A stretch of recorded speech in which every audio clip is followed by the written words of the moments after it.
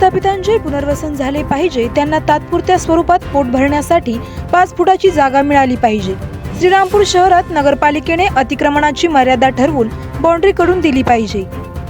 या मागणीसाठी श्रीरामपूर दुकानदार पुनर्वसन समितीचे संयोजक सुभाषदादा त्रिभुवन यांच्या नेतृत्वाखाली गांधी पुतळा या ठिकाणी गेली 12 फेब्रुवारी ते 21 फेब्रुवारी पर्यंत धरणे आंदोलन चालू होते। त्या आंदोलनाची दखल न घेतल्यामुळे धरणे आंदोलनाचे रूपांतर 21 फेब्रुवारी पासून आमरण उपोषणास करण्यात आले।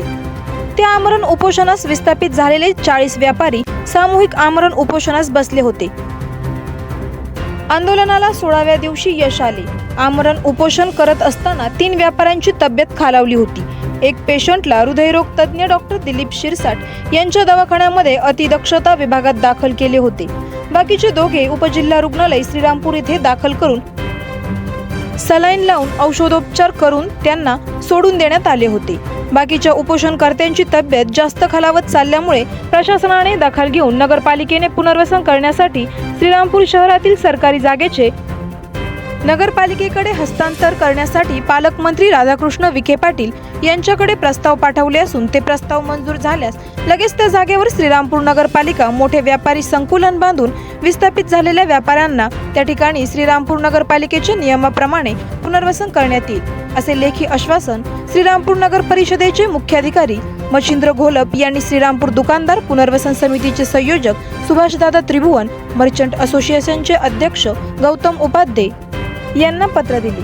त्यावेळी श्रीरामपूर नगरपालिकेचे श्रीरामपूर दुकानदार पुनर्वसन समितीच्या वतीने आभार व्यक्त करण्यात आले।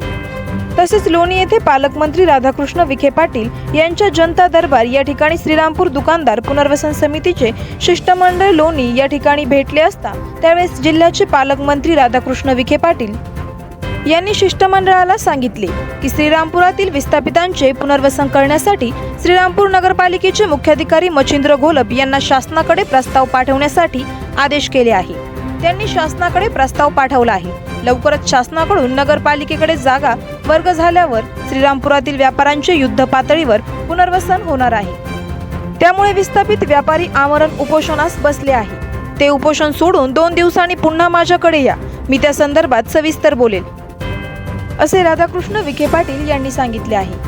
त्यामुळे श्रीरामपूर नगरपालिकेचे मुख्याधिकारी मच्छिंद्र घोलप यांच्या हस्ते व भाजपाचे जिल्हाध्यक्ष नितीन दिनकर, श्रीरामपूर दुकानदार पुनर्वसन समितीचे संयोजक सुभाषदादा त्रिभुवन तसेच मर्चंट असोसिएशनचे अध्यक्ष गौतम उपाध्ये प्रमुख उपस्थितीत विस्थापित उपोषणकर्त्यांना उसाचा रस देऊन आमरण उपोषण सोडवण्यात आले। यावेळी ऋषी अग्रवाल, फयाज पठाण, किशोर ओझा, राकेश थोरात, विशाल साबद्रा, संजय छाजड, राजू बत्रा, शांतीलाल पोरवाल, असुद्दीन अत्तार, जयसिंग देवकाते, बिलाल अतार, श्याम श्रीवास्तव, शब्बीर मणियार, बॉबी सहाणी, कैलास बाविस्कर, आदिनाथ सुपेकर, गौस तांबोळी, मज्जिद मेनन, सदमान मलिक, सुमन थोरात, इस्माईल मेमन, सूर्यकांत बारसकर, प्रदीप निकम, श्रीराम निकुंभ,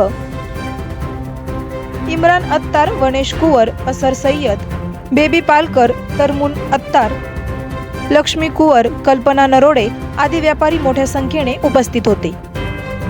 आवाज जनतेचा न्यूजसाठी प्रतिनिधी दर्शन बारसे। व्यापाऱ्यांना न्याय, व्यापारी एकजुटीचा, व्यापारी एकजुटीचा, काय खाल्लं का नाही जरा आवाज, व्यापारी एकजुटीचा, व्यापाऱ्यांना न्याय, श्रीरामपूर दुकानदार पुनर्वसन समितीचा, श्रीरामपूर दुकानदार पुनर्वसन समितीचा।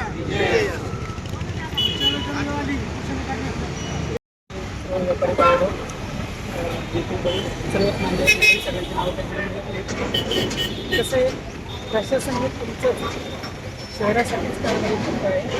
तुम्हाला प्रशासन सोडण्यामध्ये तुमचे सर्व लोकप्रतिनिधी आम्ही जागा मागणीचे प्रस्ताव करणार आहोत आणि जागा मागणी लवकरात लवकर ताब्यात घेऊन जे लोक विस्थापित झाले त्या विस्थापितांसाठी नव्याने काहीतरी सुविधा निर्माण करण्याचा प्रशासन प्रयत्न करते। फक्त काम करायला मला जास्तीत जास्त वेळ द्या, माझा वेळ या बाकीच्या गोष्टींमध्ये घालवू नका, एवढीच विनंती।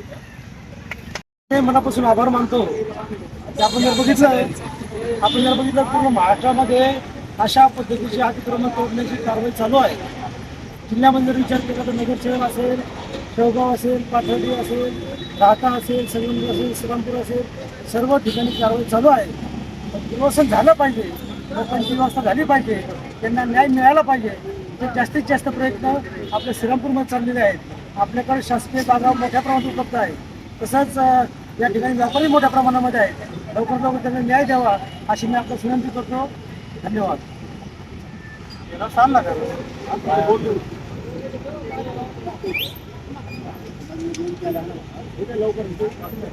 करायचं आहे लाईव्ह कार्यक्रम किंवा आहे कसले आंदोलन, जनसामान्यपर्यंत पोहोचेल आपला हक्काचा आवाज, आवाज जनतेचा.